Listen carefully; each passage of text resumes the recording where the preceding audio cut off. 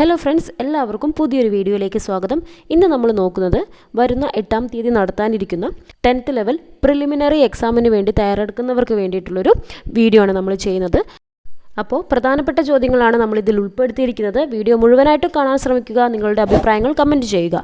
ആദ്യമായിട്ടാണ് നിങ്ങൾ ഈ ചാനൽ കാണുന്നതെങ്കിൽ ചാനൽ ഒന്ന് സബ്സ്ക്രൈബ് ചെയ്ത് സപ്പോർട്ടും ചെയ്യുക. ആദ്യത്തെ ചോദ്യം, എല്ലാ സംസ്ഥാനങ്ങൾക്കും ഗവർണർ ഉണ്ടായിരിക്കണമെന്ന് നിഷ്കർഷിക്കുന്ന അനുച്ഛേദം ഏത്? എല്ലാ സംസ്ഥാനങ്ങൾക്കും ഗവർണർ ഉണ്ടായിരിക്കണമെന്ന് നിഷ്കർഷിക്കുന്ന അനുച്ഛേദമാണ് അനുച്ഛേദം 153. അനുച്ഛേദം 153 എല്ലാ സംസ്ഥാനങ്ങൾക്കും ഗവർണർ ഉണ്ടായിരിക്കണമെന്ന് നിഷ്കർഷിക്കുന്നത്. കനേഡിയൻ കായികാധ്യാപകനായ ജെയിംസ് നെയ്സ്മിത്ത് അവതരിപ്പിച്ച കായിക ഇനമേത്? Volleyball, handball, water polo, basketball. ഏതാണ് ഉത്തരം? ബാസ്കറ്റ് ബോളാണ്. കനേഡിയൻ കായികാധ്യാപകനായ ജെയിംസ് നെയ്സ്മിത്ത് അവതരിപ്പിച്ച കായിക ഇനമാണ് ബാസ്കറ്റ് ബോൾ. താഴെ പറയുന്ന ഏത് കൊതുകുജന്യ രോഗമാണ് തലച്ചോറിനെ ബാധിക്കുന്നത്? താഴെ പറയുന്ന ഏത് കൊതുകുജന്യ രോഗമാണ് തലച്ചോറിനെ ബാധിക്കുന്നത്? ഫൈലേറിയ, മലേറിയ, മഞ്ഞപ്പനി, ജപ്പാൻ ജ്വരം. ഉത്തരം ഏതാണ്? ജപ്പാൻ ജ്വരമാണ്. വൈറ്റ് ടാർ എന്നറിയപ്പെടുന്നത് എന്താണ്? White tar bitumen, lignite, naphthalene, കൽക്കരി. ഉത്തരം നാഫ്തലിൻ ആണ്. വൈറ്റ് ടാർ എന്നറിയപ്പെടുന്നത് എന്താണ്? നാഫ്തലിൻ. സന്ധികളിലെ അണുബാധ, പരുക്കുകൾ, പ്രായാധിക്യം എന്നിവ മൂലം തരുണാസ്ഥി വലയത്തിന് തകരാറ് സംഭവിക്കുന്ന രോഗാവസ്ഥ ഏതാണ്? സന്ധിവാതം, പക്ഷാഘാതം, ഓസ്റ്റിയോപോറോസിസ്, ഉളുക്ക്. ഉത്തരം സന്ധിവാതമാണ്. സന്ധികളിലെ അണുബാധ, പരിക്കുകൾ, പ്രായാധിക്യം എന്നിവ മൂലം തരുണാസ്ഥി വലയത്തിന് തകരാറ് സംഭവിക്കുന്ന രോഗാവസ്ഥയാണ് സന്ധിവാതം. ഓർത്തു വെച്ചോളൂ, സന്ധിവാതം. ആണവോർജം എന്ന വിഷയം ഉൾപ്പെടുന്ന ലിസ്റ്റ് ഏതാണ്?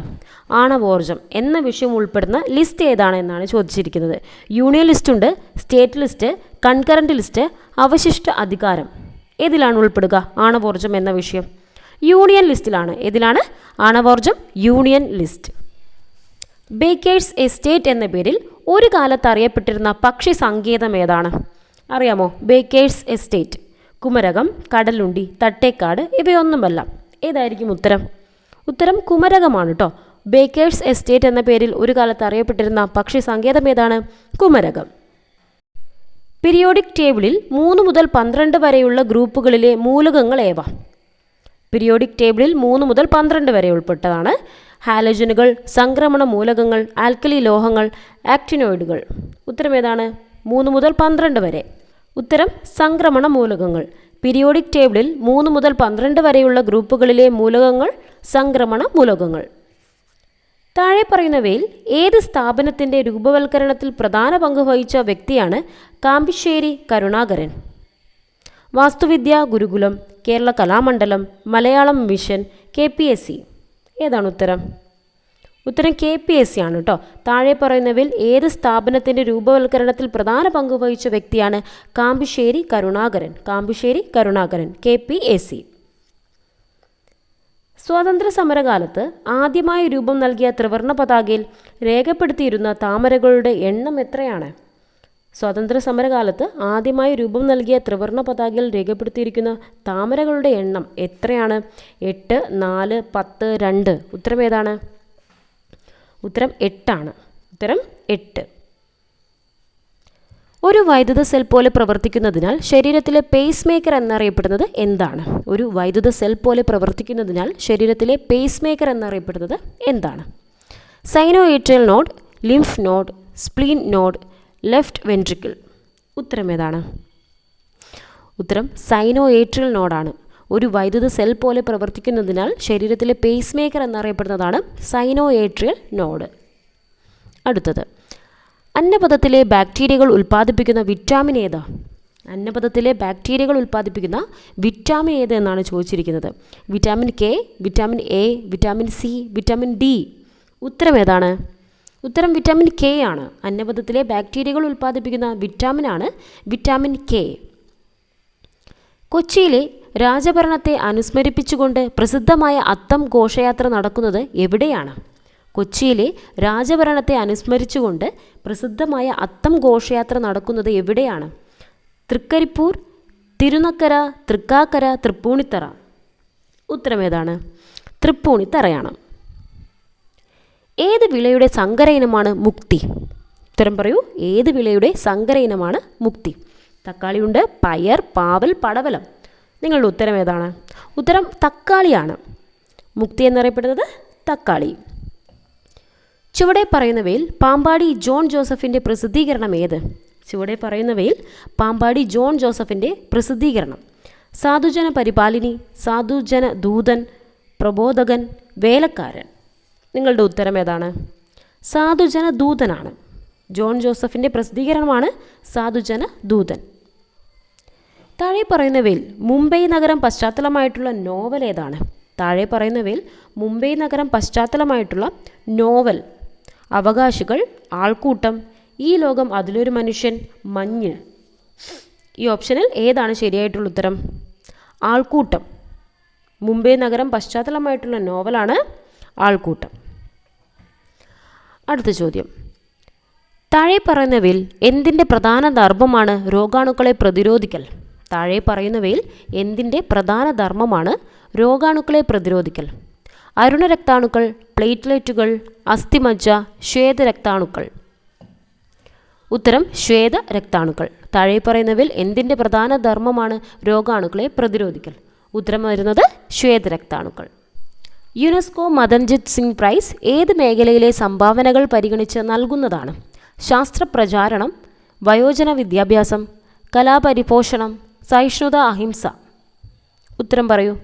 യുനെസ്കോ മദൻജിത് സിംഗ് പ്രൈസ് ഏത് മേഖലയിലെ സംഭാവനകൾ പരിഗണിച്ച് നൽകുന്നതാണ്? ഉത്തരം വരുന്നത് സഹിഷ്ണുത, അഹിംസ. സഹിഷ്ണുത, അഹിംസ.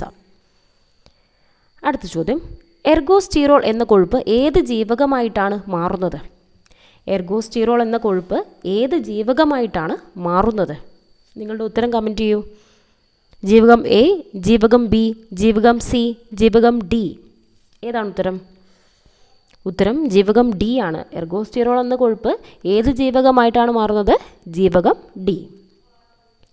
രണ്ട് ജീവികൾക്ക് ഗുണകരമായ ജീവിബന്ധം അറിയപ്പെടുന്നത് എന്താണ്? രണ്ട് ജീവികൾക്കും ഗുണകരമായ ജീവിബന്ധം അറിയപ്പെടുന്നത് എന്താണ്? പരാദജീവനം, മ്യൂച്വലിസം, കമൻസലിസം, മത്സരം. നിങ്ങളുടെ ഉത്തരം എന്താണ്? കമൻറ്റ് ചെയ്യൂ. ഉത്തരം മ്യൂച്വലിസമാണ്. രണ്ട് ജീവികൾക്കും ഗുണകരമായ ജീവിബന്ധം അറിയപ്പെടുന്നത് മ്യൂച്വലിസം. ഒരു മ്യൂച്വൽ അണ്ടർസ്റ്റാൻഡിൽ അങ്ങ് പോവാണ് അല്ലേ? അപ്പോൾ മ്യൂച്വലിസം. അഭിനയത്തിൻ്റെ അമ്മ എന്ന് വിശേഷിപ്പിക്കപ്പെടുന്ന കലാരൂപം.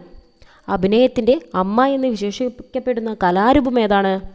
കഥകളി, തെയ്യം, കൂടിയാട്ടം, ഓട്ടൻതുള്ളൽ. നിങ്ങളുടെ ഉത്തരം ഏതാണ്? കമൻറ്റ് ചെയ്യൂ. അഭിനയത്തിൻ്റെ അമ്മ. ഉത്തരം കൂടിയാട്ടമാണ്. അഭിനയത്തിൻ്റെ അമ്മ എന്ന് വിശേഷിക്കപ്പെടുന്നത് കൂടിയാട്ടം. ഇന്ത്യയിലെ ഏറ്റവും വലിയ സ്വകാര്യ തുറമുഖമായ മുദ്ര ഏത് സംസ്ഥാനത്താണ്? ആന്ധ്രാപ്രദേശ്, ഗുജറാത്ത്, മഹാരാഷ്ട്ര, ഒഡീഷ. ഉത്തരം ഏതാണ്? ഇന്ത്യയിലെ ഏറ്റവും വലിയ സ്വകാര്യ തുറമുഖമായ മുദ്ര ഏത് സംസ്ഥാനത്താണ്? ഉത്തരം ഗുജറാത്ത്. ഏത് സംസ്ഥാനത്താണ്? ഗുജറാത്തിലാണ്.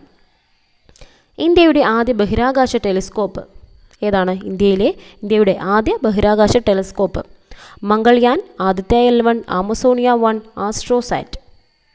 ഉത്തരം ഏതാണ്? ഉത്തരം ആസ്ട്രോസാറ്റ് ആണ്. ഗുരുവായൂർ സത്യാഗ്രഹത്തോടനുബന്ധിച്ച് പൊന്നാനി താലൂക്കിൽ നടത്തിയ ജനഹിത പരിശോധനയുടെ ചുമതല വഹിച്ചതാര്? ഗുരുവായൂർ സത്യാഗ്രഹത്തോടനുബന്ധിച്ച് പൊന്നാനി താലൂക്കിൽ നടത്തിയ ജനഹിത പരിശോധനയുടെ ചുമതല വഹിച്ചതാര്? VR കൃഷ്ണയ്യർ, T പ്രകാശം, C രാജഗോപാലാചാരി, ഡോക്ടർ രാജേന്ദ്ര പ്രസാദ്. ഉത്തരം എന്താണ്? ഉത്തരം C Rajagopalachari. Mandal commission report പ്രകാരമുള്ള ആദ്യ നിയമനം നടന്നത് ഏത് പ്രധാനമന്ത്രിയുടെ കാലത്താണ്? Morarji Desai, Indira Gandhi, VP Singh, PV Narasimha Rao. ഉത്തരം എന്താണ്? മണ്ഡൽ കമ്മീഷൻ റിപ്പോർട്ട് പ്രകാരമുള്ള ആദ്യ നിയമനം നടന്നത് ഏത് പ്രധാനമന്ത്രിയുടെ കാലത്താണ്? ഉത്തരം വരുന്നത് PV നരസിംഹറാവു. PV നരസിംഹറാവു. കേരളത്തിലെ ക്ഷേത്രങ്ങളിലെ കുതിരക്കെട്ട് ഏത് മതത്തിൽ നിന്ന് സ്വീകരിക്കപ്പെട്ട ആചാരമായാണ് കണക്കാക്കുന്നത്? ജൈനമതം, ബുദ്ധമതം, പാഴ്സി മതം, സിഖ് മതം. ഉത്തരം ഏതാണ്?